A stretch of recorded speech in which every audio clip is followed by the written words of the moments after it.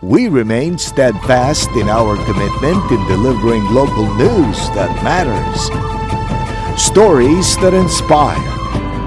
Enriching the lives of Filipinos in the Philippines and across the globe. This is your GMA Regional TV. Buong puso para sa Pilipino. Kini ang madagkong balita karong Biyernes. Usa ka tuig nga bata sa Mandawi namatay tungod sa dengue. Tindahan sa Cebu City nga namaligya og mini nga mga pahumot girombo. Seguridad sa Pasigarbo sa Sugbo 2024 gipahugtan sa kapulisan.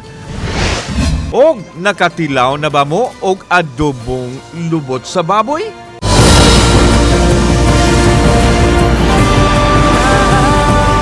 Kini ang GMA Regional TV Balitang Disda. Maayong hapon at kinang inyong GMA Regional TV Balitang Disda kang bugtong kasaligan. Kasandigan o kadang fan sa mga Bisaya nga maghatod sa labing dako ug mga nagunang balita nga mahinungdanon sa Central ug Eastern Visayas ug live dinhi sa GMA Complex sa Dakbayan Sugbo. Ako si Alan Domingo.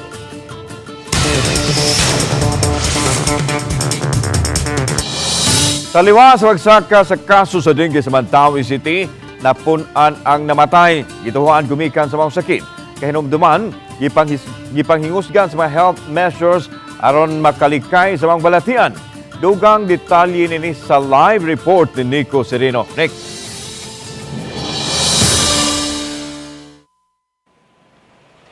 Yaslan, nagbangutan karon ang pamilya ni usa ka tuig nga bata sa Mandawi nga namatay karong bag-o. Wa na siya matabang pa dihang gidala unta sa ospital. Sa ilang balay sa barangay Look, gihaya si Axel Albes, ang usa ka tuig nga bata nga namatay ni atong miaging Lunes. Matud sa iyang inahan, pipila ka adlaw nang gihilantan ang bata. Dili hinunkuno taas kaayo ang temperatura, danggas lang. Maong gipainom nila og tambal. Ni aksyon gani kunog arang-arang ang pamati sa bata. Apan dihang mibalik og naluya kini, nakadesisyon silang dadun siya sa sentro, dayon gipa-refer sa ospital. Abot ang ginhawa? Gamro gasak kag buntot. Naluya na gid siya. Nya dayon kana. Isi siya bunga og tubig. Sige, og.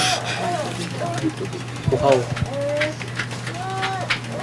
Nya pag gyud nam siyang tutay. Nagka-rashes usab ang bata nga wa na matabang pagdala sa tambalanan. Naglisod pagdawat sa nahitabo ang iyang pamilya nga mihulagway kang baby Axel nga paraygon. Pakimama siya ya pakay kuan. Yan siya manoy. Nya dayon. Yan ikalit lang ang taon nga. Matud sa Mandawi City Health, gikan Enero karong tuiga hangtod Agosto 19, 419 ka mga kaso sa dengue ang natala. Duha ang namatay, ikaduha sa talaan ang bata sa Look. Hinon gipaabot pa ang kumpirmasyon kung dengue ba ang mitakboy sa bata. Tambag sa City Health Officer, magmatngon ang mga ginikanan ug siguroon nga ma-check up dayon ang mga bata kung hilantan.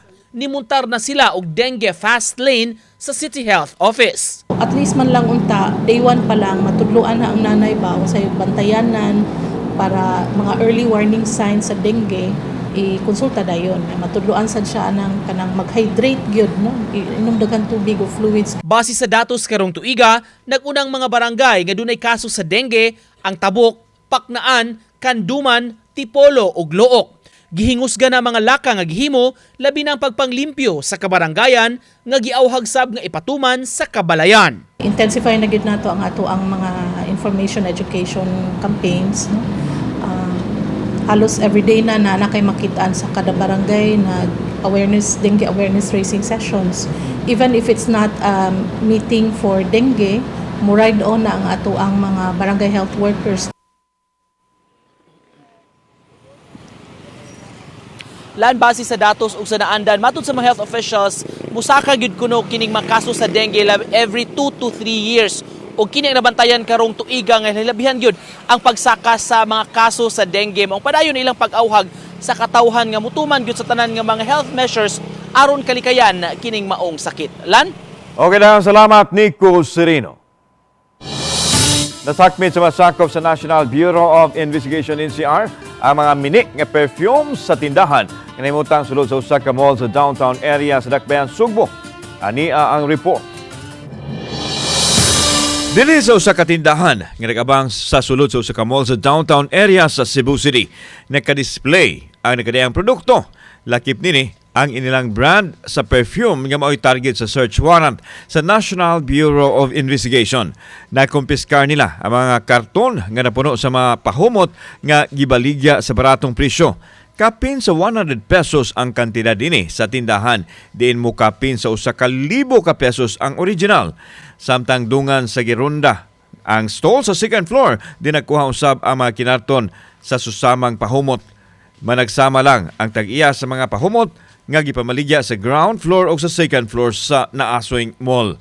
By the price itself, it can you can already determine that there is something wrong with the product. Yes. And of course, they don't pay taxes if this is smuggled or fake or whatever. Gidugang sa NBI official nga ang ilang operasyon nagikan sa reklamo nga gipabot sa ilang buhatan mahitungod sa pagkopya sa identity sa produkto sa pahumot. Dili lang matod pa makadaot sa ekonomiya, ilabi na sa mga tag-iya sa produkto kung dili delikado usab kuno sa panglawas kay wa man kini moagi sa proseso ug wa masusi sa Food and Drug Administration. Samtang wala mo pa interview ang tag-iya o ang tagdumala sa maong tindahan, gamito na mga nasakmit nga fake perfume isip ebidensya sa kasong ipasaka batok sa tag-iya. This is not only a crime against our economy, and this is one of the mandate and marching orders of our new director to go after counterfeiters. Kasi itong kasing counterfeiters na to, marami kasing mga crimes that can be associated with this, including terrorism, the money that they will generate from here, and also money laundering. Sa pagkutlo ning balita, wa pa matino kung pila ang kantidad sa mga nasakmit nga fake nga pahumot. Kauban si Clover Lumayag, ako si Alan Domingo. Balitang Bisdak. Padong nga mapormang buhawi sa kadagatan sakop sa Mactan Channel sa Lapu-Lapu City sa Cebu. Ano kuhaan og video?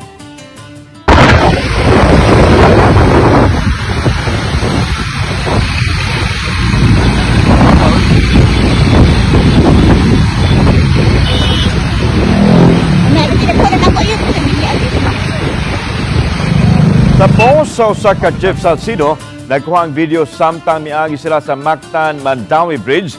Ganinang udto, makita siya ang video nga adunay pipila ka mga motorista nga tuyong mihunong sa kilid sa Taytayan aron magkita ang padulong mapurmang buhawi. Pipila ka oras na waraw sab, wala mahimong hingpit nga buhawi ang nasaksihan. Mato ni Jomel Eclarino ang Pag-asa Visayas Weather Specialist, posibleng resulta kini sa nasinating thunderstorms karong adlaw sa Metro Cebu. Pasado alauna ganayang udto, dihang nasinati ang kalit nga pag-uwan.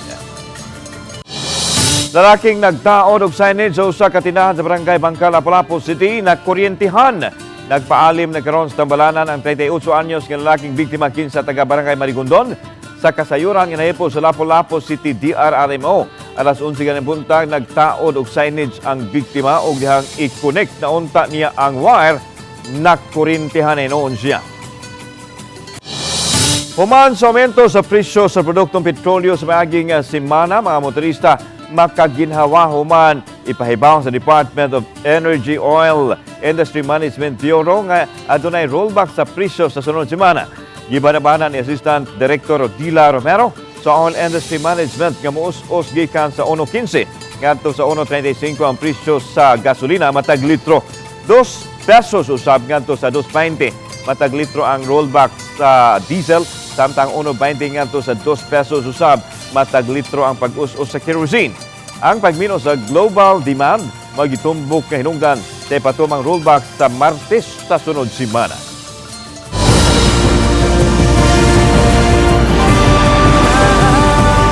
Kini ang GMA Regional TV Balitang Bisdak.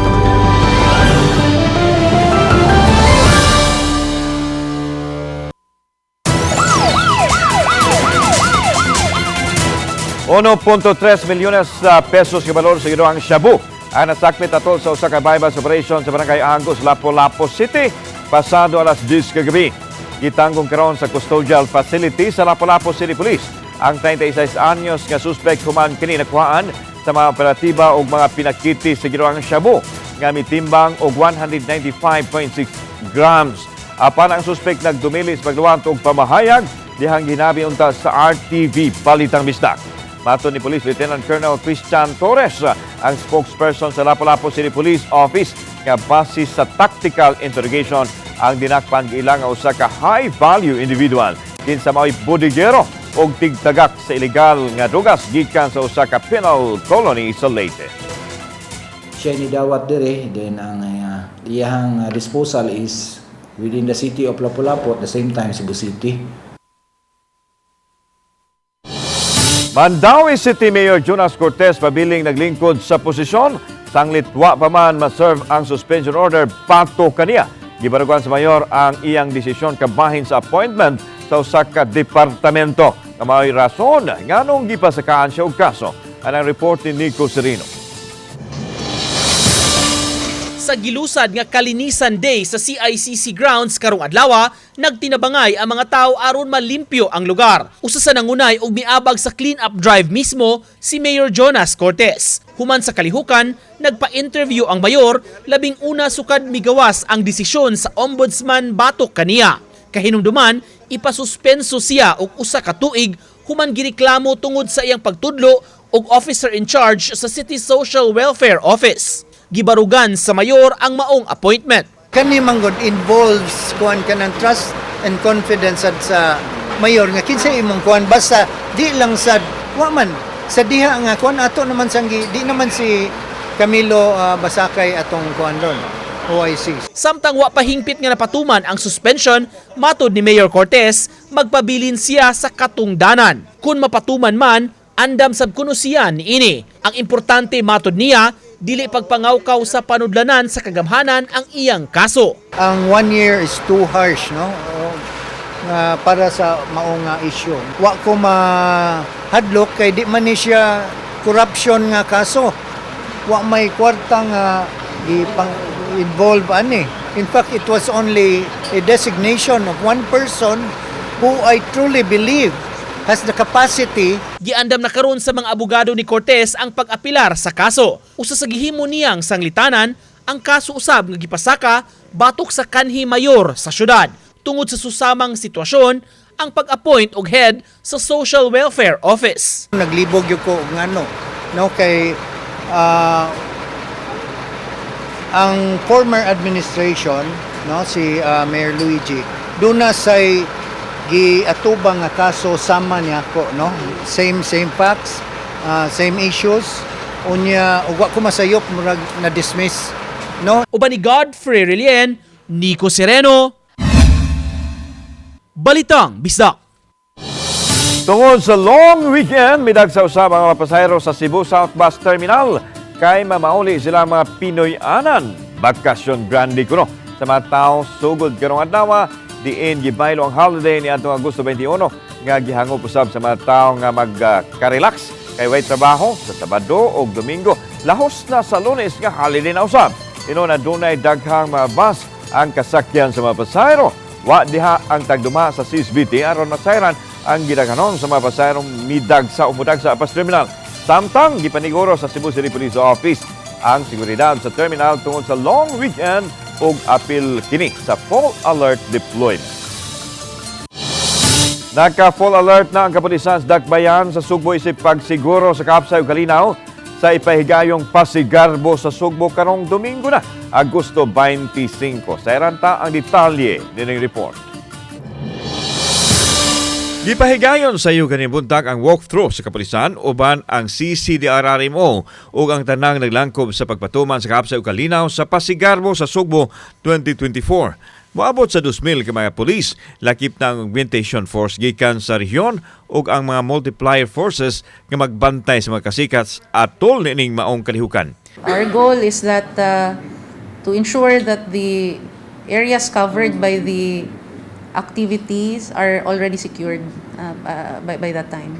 Hangyo lang yun na mo nga kooperasyon ani nila, the contingents, the spectators, that They will follow the protocols that we implemented therein, and mo kuan lang gyud sila mo respect no sa ato ang mga authorities nga naa dito sa sulod sa Cebu City Sports Complex. Sa pikas bahin, gipaniguro usab sa provider nga pulido ug sagad mga bag-ong ekipo ang gamiton sa Pasigarbo sa Sugbo 2024 aron masiguro nga kalidad ug taas ang resolusyon sa LED wall aron nindot tan-awon ang graphics nga gamiton. Mas dako ang entablado karon nga adunay 60 feet by 120 feet kung itandi sa maaging tuig nga 40 feet by 100 feet. Adunay itaod nga mga bag-ong P3 LED wall outdoor na pulo ka set sa main stage ug 6 ka set sa front stage. Kauban si Clover Lumayag, ako si Alan Domingo. Balitang Bisdak.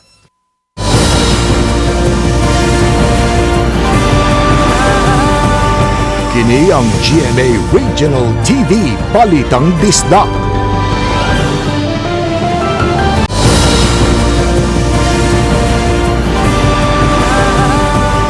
Kini ang GMA Regional TV Balitang Bisdak. Subay sa sunod-sunod nga pagpatuman sa retrenchment o redundancy sa mga locator sa MEPS, Employment Facilitation gipanghimugatan sa Investors and Employers Summit. Gilasig usab ang mga magpapatigayon nga mo-hire og mga PWD. Siloan Mirondina sa report. Base sa labor market update nga nahipo sa Peso Lapu-Lapu City gikan Abril hangtod Hunyo ning tuiga, miabot sa 3,455 ang mga registered applicants sa nagkadiyang trabaho sa Lapu-Lapu City. Apan anaa lang sa 804 ang bakanting mga trabaho. Labing daghan sa mga aplikante, mga babay nga miabot sa 56.1%. Samtang labing daghan sa mga nangita og trabaho, mga high school graduates.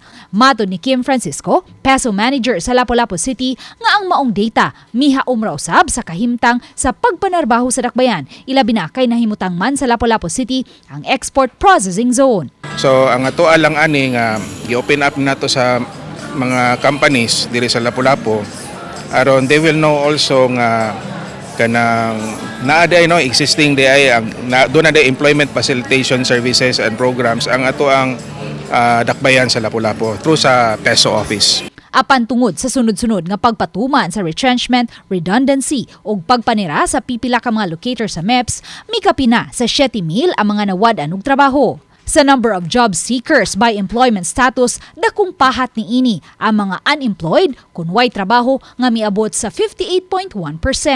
Busa atol sa Investors and Employers Summit, gihimugatan sa Peso Lapu-Lapu City ang employment facilitation ug pagdasig sa mga magpapatigayon sa pagpakiglambigit sa lokal nga kagamhanan kung muhimo sila og mga corporate social responsibility aron maabagan usab ang matag barangay. Support sila sa atong ipang-endorse nga mga aplikante nga matagaan og trabaho. Kana po maghimo sila mga activities sa atong community diri sa Lapu-Lapu.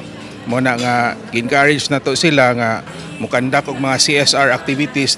Lakip sa namong atol sa summit, si Lapu-Lapu City Councilor Annabeth Quizon, kinsa miawag usab sa mga magpapatigayon sa pag-hire og mga PWD sa 1% sa workforce niini. Kini aron madasig ug masuportahan usab ang mga kalipikadong PWD nga makatrabaho. Ang Lapu-Lapu City adunay 9,904 ka mga registered PWD. Atong legal basis pud ani is the Republic Act 10524. Nga mao ang Magna Carta for PWDs. Unya kanang lipay puta nga after nato ni napasar last year, doon na dayo yung mga restaurants nga nga nisanong dayon. Usa ka ordinansa ang napalabang sa Konseho sa Lapu-Lapu City sa miaging tuig kabahin niini. Ang ato is to encourage lang. Wala lang type penalty but we would give incentive to employees. So employers nga maka-hire sa mga PWDs during for example sa atong praise award sa atong mga companies or ato baron sa taxpayers night. Uban ni Marlon Melgazo, Luan Mirondina. Balitang Bisdak. Gawa sa 2 milyones pesos nga monetary reward kaghatag kang Paris Olympics bronze medalist Ira Villegas gituno sa iyang karong adlaw ang yawi sa brand new fully furnished 4-bedroom house sa Balo Leyte nga nagkantidad og 6 milyones pesos. Regalo kini niya gikan kang House Speaker Martin Romualdez gawa sa House and Lot, gidonol pod sa pinaka-unang Olympic medalist nga gikan sa Tacloban City ang usa ka brand new nga sakinan. Ingon man ang yawi sa sakinan nga gihatag kaniya sa tingog party list. Kini ang pagpakita sa taga-Tacloban sa ilang pasalamat sa dungog nga gidala ni Ira sa natad sa boxing atol sa Paris Olympics 2024.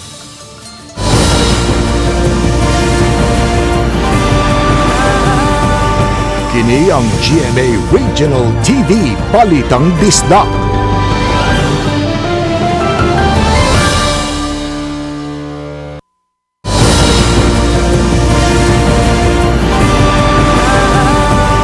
Kini ang GMA Regional TV Balitang Disda. Gitayog sa magnitude 5 nga linog ang lungsod sa Pambuhan, lalawigan sa Northern Samar alas 2:20 ganing hapon. May giladmon kining 32 kilometros og tectonic ang hinungdan sa linog. Sa Earthquake Information number 1 sa Philippine Institute of Volcanology and Seismology or PHIVOLCS, wa gipaabot nga aftershocks o baka kinaot kinahatag sa linog. Wa usay natalang intensity o epekto sa mga dapit diin haduol sa dapit diin mitay og ang linog. Lain kahigayonan na usab sa panarbaho ang gipasugdahan sa peso sa Lapu-Lapu City sa gipahigayon ining Barangay Job Fair karong adlaw. Si Loan Merondina sa report. Sa gym sa Barangay Pahak, Lapu-Lapu City, gipahigayon ang local job fair nga gipasiugdahan sa Peso Lapu-Lapu karong adlaw. Usa sa mga namasin nga makatrabaho ang 22 anyos nga si Shaira Patalinghog, kinsa nagdapa sa iyang duha ka mga anak. Kuwang po ka ng sweldo po sa kumpares, mamba. Ang iyang kuwan man, mangita dyan kong trabaho. Para sa nila. Ang 45 anyos usab nga warehouse man sa usa ka telecommunications company lakip sa mga milenya ug mi-apply sa usa ka dakong mall. Usa siya sa mga nawadan og trabaho dihang mipatuman og redundancy ang gitrabahuan niyang kompanya niadtong Abril ug kay nangita og warehouse checker ang usa ka mall, misuway siya pag-apply. Oo sila sa page. Kay kuan mo ko diri sa Pahakod. Nang ko diri. So, ay mo sir nga, kaya sa trabaho mo na suso. Oo. Mo akong gipangita. Matod ni Kim Francisco, peso manager sa Lapu-Lapu City, moabot sa 1,315 ka mga bakanting trabaho ang gitanyag sa napo ka mga kompanya nga misalmot sa gipahigayong barangay job fair. Di lang kay taga Barangay Pahak lang ang atong gidawat diri hasta po ang mga silingan ng mga barangays. Wala tay age limit, no? Welcome ang tanan. Ang Barangay Pahak, ang ikaduhang barangay sa Dakbayan nga napahigayunan og barangay job fair sa Peso Lapu-Lapu karong tuiga. Garbo ka na nako, no? Isip pamahan sa barangay, nandako ko pasalamat sa mga stakeholders niya na, sa mga employers nga gipadala gilang mga representative diri. Alas 8 ganihang buntag gibuksan ang barangay job fair ug pagka alas 2 karong hapon pa lang miabot na sa 58 ang na-hired on the spot gikan sa 148 ka mga aplikante. Uban ni Marlon Melgazo, Luan Merondina, Balitang Bisdak. Sa mga mahilig mag-food trip, ani ay gidag sa karon nga putahe nga lahi. Apan lami man kuno ang adobong lubot o sampot sa baboy kamay best seller sa usa ka kananan sa Barangay Punta Prinsesa, Dakbayan sa Sugbo. Tara, atong tilawan kuno kining ilang mga pagkaon. Nabda namo nga nagluto sa lain-laing putahe gikan sa ginhawaan sa baboy diadapit sa Guadalupe Village sa Barangay Punta Prinsesa. Adunay ginabot adobong baboy, adobong lumo sa baboy ug ang adobong tungol sa baboy. Apan ang pinangita sa tanan mao ang adobong sampot o lubot sa baboy nga inilug kaayo. Gani usa na lang ang nahabilin sa pag-abot namo. Ang presyo sa naandan nga adobo tag 60 pesos, ang dinuguan tag 30 pesos, apan mas mahal ang adobong lubot kay tag 90 pesos ang buok. Ang pinaka-unique. Ang unique ang lubot yun og kaning mga kuan kaning tungol. Lubot sa baboy. Lubot sa baboy pinaka-kuan, unique na. Mas mahal ang lubot sa baboy. Mas mahal ang lubot sa baboy. Kaya nga naman. Na siya iyang aroma. Nga wala sa uban. Siyempre, nakatampos kalami nini ang sos o ang partner nga puso. First time na mo among gi-search sir nga ari diri mga on. Say, daray ka day. Lami. Lami sir. Shout out lang sa I love you. Aron. Dadalan di ka, pick out karon adlaw. Gipaniguros tag iyang nga gitarong nila og limpyo ang mga ginhawaan sa baboy nga ilang giluto maong lami ug luwas kining kanon. Marso pa sila nagsugod apan tungod sa talagsaong kalami. Dumdumo na kini sa ilang mga suki. Ito, March 1 pa may nag-start. Kumusta inyong negosyo? Okay na lang. Karon okay na. Pero na-stable lang ang dagan ba? Kauban si Clover Lumayag, ako si Alan Domingo. Balitang Bisdak. Alang sa dagan sa panahon, mas nagkakusog ang bagyong Shanshan ug nahimo ng usa ka severe tropical storm. Hinon, wa ra kini magkasod sa Philippine Area of Responsibility ug wara sab kini direktang epektos nasod. Sa pagkakaroon ang habagat ug easterlies ang padayong nagapekto sa pipila ka bahin sa nasod. Base sa datos sa Metro Weather, adunay tsansa nga wanon ang pipila ka bahin sa Samar ug Leyte provinces, Cebu ug Bohol. Mandawi Chamber of Commerce and Industry may pasabot sa ilang baruganan sa pagpaminto sa suhulan. Atol sa public hearing kabahin sa posibleng pagpaminto sa suhulan din sa Region 7, usa ang MCCI sa may paggawa sa ilang stand. Matod nila kung mamintuhan man ang minimum wage sa mga trabahante sa rehiyon. May dakong epekto kini sa mga nagnegosyo. Hayan, maglisod kuno ang ubang kumpanya og dili makasugakod nini. Gihimong sanglitanan sa presidente sa chamber ang datos kaniadto sa wa pa ang pandemic period. Kini ang rason nganong supak sila sa wage increase sa pagkakaron. It will be very, very tough. We haven't really reached the pre-pandemic pre-pandemic situation that we have in our business community. And if something like this will happen, it might put us a step back na sad. Upat ka mga tao, nakip na ang lalaking napil sa PDEA-PNP Regional Target List ang nadakpan sa mga managlahing anti-drug operation sa Dakbayan, Sugbo. Atong August 20, 2024, usa ka 40 anyos nga lalaki ang nadakpan sa mga otoridad sa Sitio Santo Niño, Barangay Quiyot, Cebu City. Nakuhaan siya og duha ka pakitis giroang shabu nga may timbang og 10 gramos nga dunay market value ng 68,000 pesos. Sa yun ini, nadakpan usab ang salaing operasyon ang tulo ka mga tao sa Barangay Basak, San Nicolas, Cebu City atol sa gipahigayon ng bypass operation.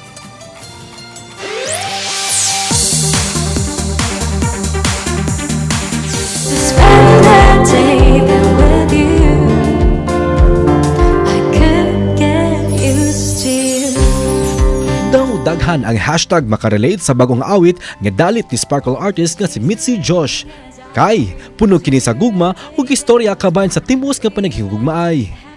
Kini ang Could Get Used To nga gipagawas niya atong August 16 ubo sa GMA playlist. Sa unang simana pa lang sa pag-release ni ini, daghan na ang nadani sa lyrics ug mensahe sa awit. Busa, arats na dungantang ma-LSS sa iyang bagong awit. Guys, sana ma-stream niyo po ang aking first ever single. It's called Could Get Used To You out on all music platforms. Maraming salamat po sa lahat ng sumuporta. Patuloy na nagsistream ng song. And guys, yan, stream lang natin yan. And of course, guys, you can follow me on all of my social media accounts. Everything's blurry and irrelevant to where my heart is right here in this moment. And I offer all my love to my heaven sent. Usa ka padayong pawikan ang napalgang nag-utaw-utaw sa kadagatan sa Agna, Bohol. Nakaplagan kini sa mga sakop sa Bantay Dagat Task Force nga gipanguluhan ni Arnolfo Judjo Lagari Jr. Gidala nila kini sa baybayon aron susihon ang kahimtang nini. Sa ilang pakisusi na bantayan nila nga adunay nylon nga niluga sa lubot nga bahin sa patayong pawikan. Gituo ang nagkakaon kini og pasol nga adunay taga nga posibleng hinungdan sa kamatayon sa pawikan. Gilubong na sa Bantay Dagat Task Force ang maong pawikan. Kami ang GMA Regional TV Balitang Bisdak kinatibukang pwersa alang sa mas na komisyon ug mas salapad kapag-alagad sa nasod. Mayong hapon mga kapuso. Happy long weekend!